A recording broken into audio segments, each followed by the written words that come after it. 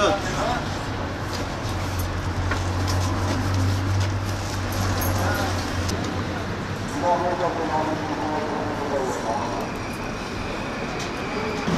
Ben bir esnafım. Slobi'de esnaflık yapıyorum. İpek yolu üzerine esnaflık yapıyorum.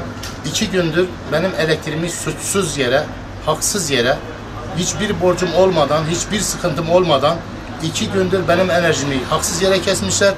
Yetkili mercilere gittim, derdimi anlattım. Kimse derdime çare bulmadı. 2 gündür mağdurum. Bütün ürünlerim bozulmuş. Zarar ziyanım çoktur. Bunu protesto ediyorum. İş yerimi açmayacağım. Bunları yasal olarak, haklarımı yasal olarak mahkemelerde arayacağım. Yani bu zulüm yeter artık diyor. Yetkililerden hiçbiri ilgilenmedi bana. Bir ekip gönderdiler, hiçbir şey yapamadılar. Ekip geldiği gibi arızayı bulamadı, gittiler. Sistemine bakıyor, borcum yok. Sistemine bakıyor, elektriğim yani aktiftir, çalışıyor ama gelmiyor elektrik. Yani burada hiçbir şey yapamıyor.